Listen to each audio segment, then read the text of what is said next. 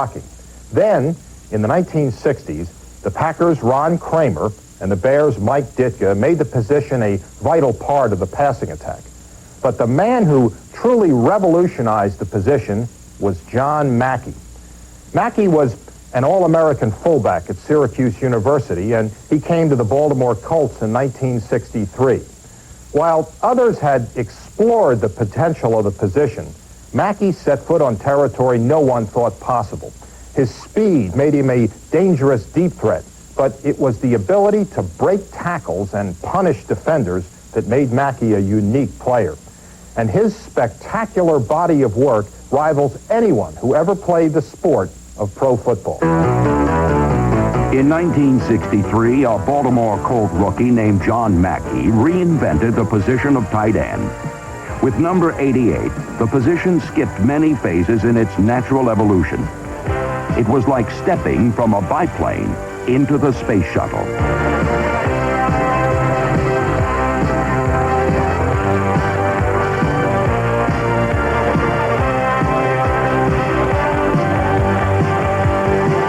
I always felt that he was a tackle playing the end.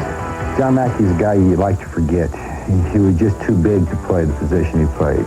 Mackey is the toughest runner I've ever had to tackle in my career. Mackey could turn a 2-yard look-in pass into an 80-yard touchdown simply by running over people. He was the strongest runner I've ever had to tackle.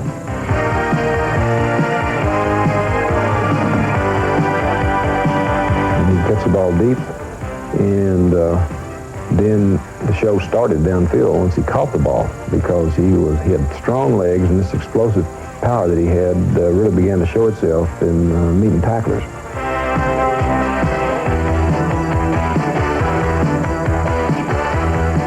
You know, I always felt that you should get something out of every play. So consequently, if I had 5 or 6 guys that were going to make the tackle, what I tried to do was to punish one, so that if I ever got in that situation again, I would run directly at the one I punished.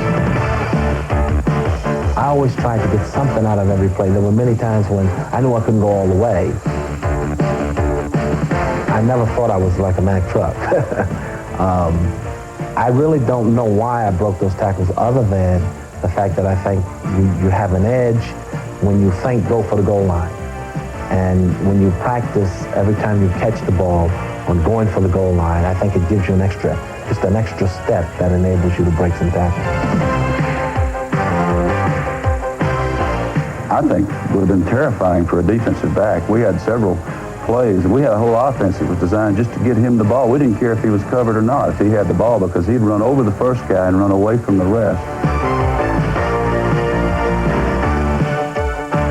And I remember a great run he made against the Bears one day. Chuck Thompson was describing the action, and he runs over 2 or 3 linebackers, and about the 10-yard line, Rosie Taylor jumps on his back, and about the 3, he falls off.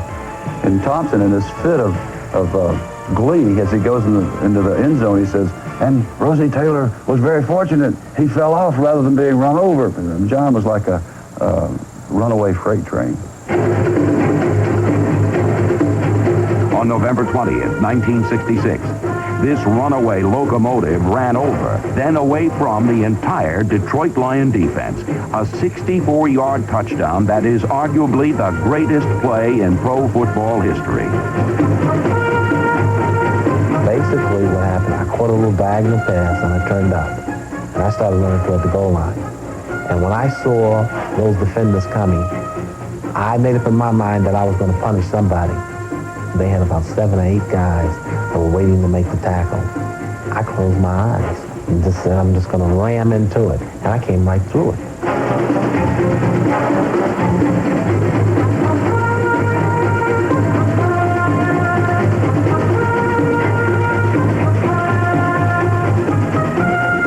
John was afraid of anything living that moved that wasn't human.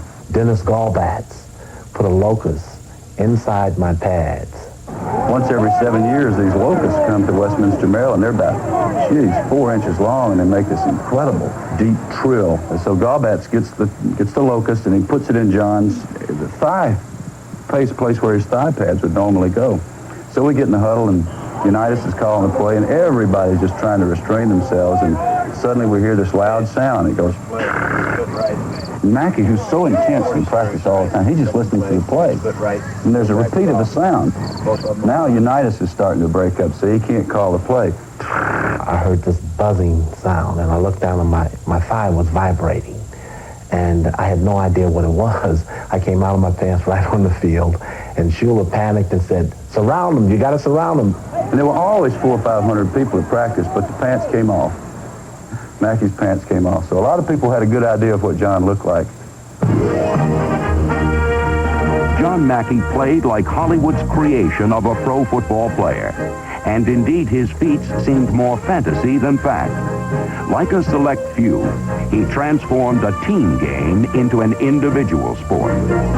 It is unfortunate that a man that could not be overpowered or overtaken is so overlooked. John Mack Truck Mackey, who was carved in stone, should be cast in bronze as the first tight end in the Hall of Fame. Sharp Electronics presents